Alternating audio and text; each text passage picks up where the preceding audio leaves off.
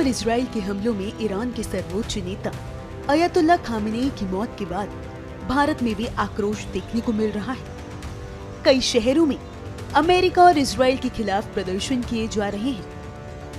हाल ही में हुए हमलों में एक प्राथमिक स्कूल को भी निशाना बनाया गया था, जिसमें कई बच्चियों की मौत हो गई थी। इस घटना के खिलाफ चंडीगढ़ में प्रदर्शन किया गया है।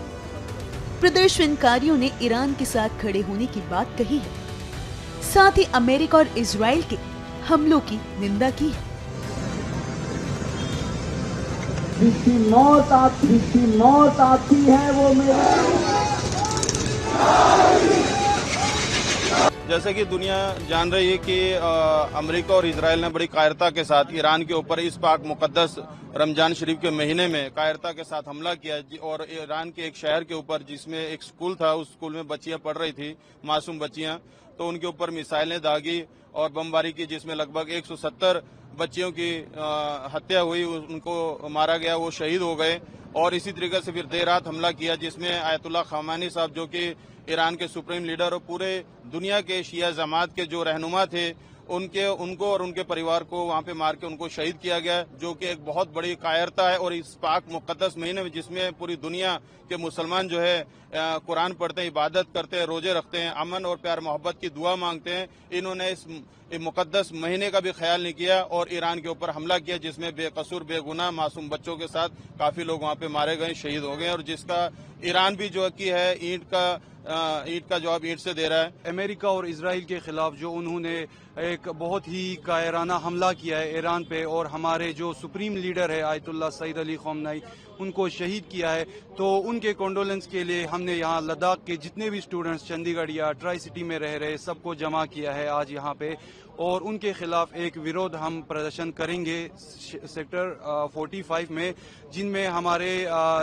चंडीगढ़ या फिर सिख बरादरन के लोग हैं वो भी हमारे साथ इसमें शामिल हो गए, क्योंकि ये जो जंग है हमारे आयतुल्ला सईद अली खामेनेई की जो जंग है वो इंसानियत को बचाने के लिए था, वो ह्यूमैनिटी के लिए था, ना कि सिर्फ इस्लाम के लिए बल्कि पूरे इंसानियत के लिए था।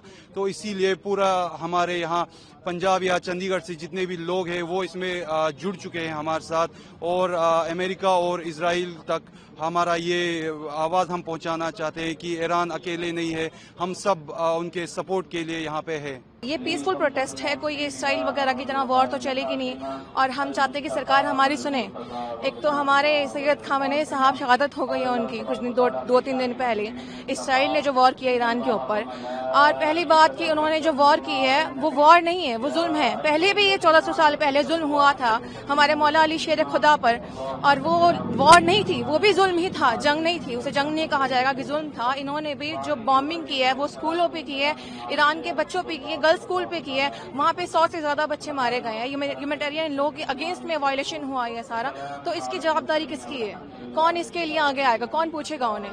हमने तो ईरान ने मिलिट्री उनमें जो इसराइल के मिलिट्री एरियाज हैं वहाँ पे ही बॉम्बिंग एरियाज किए हैं, तो उस चीज को भी उन्होंने गलत तरीके से प्रदर्शित किया है। और हम वहाँ के जो उन्होंने डायरेक्ट सिविलियन एरियाज पे ही उन्होंने बॉम्बिंग किया, उस चीज का क्या होगा? वो चीज कौन बताएगा कि ऐसी चीजें इंडिया में हम लोग रह के हम लोग प्रोटेस्ट कर रहे हैं। कश्मीर हो गया या जितने भी शियाज एरियाज हो गए, लखनऊ हो गए, वहाँ पे उन्होंने कह दिया कि ये एंटी नेशनल्स हैं। भाई एंटी नेशनल कैसे हुए? एंटी नेशनल्स तो आप हुए, मोदी सरकार हुई कैसे कि उन्होंने ट्रम्प का साथ दिया है। ट्रम्प का साथ क्यों देना? अब अगर कल को ईरान अपना ऑयल बंद कर दे हमें देना, तो हमारी इकोनॉमी कहाँ से कहाँ तक जाएगी? अब ईरान का जो सुप्रीम लीडर है वो सबके ही, हमारे पूरे मुस्लिम उम्मा का सुप्रीम लीडर है, उन्होंने उनको शहादत कर दी। अब कल को यहाँ हिंदुस्तान में आके वो हमारे पीएम को, जो गद्दार शुरू से ही है अंग्रेज, उन्होंने पहले भी डिवाइड एंड रूल किया है, हमें डिवाइड किया, फिर हमारे ऊपर रूल किया, और अभी वही सेम है। उनका तो काम यही है कि वो हम पे राज करें, बट हम लोग क्या कर रहे हैं? हम अभी भी उनकी गुलामी ही कर रहे हैं, हम अभी भी आजादी से नहीं जी रहे।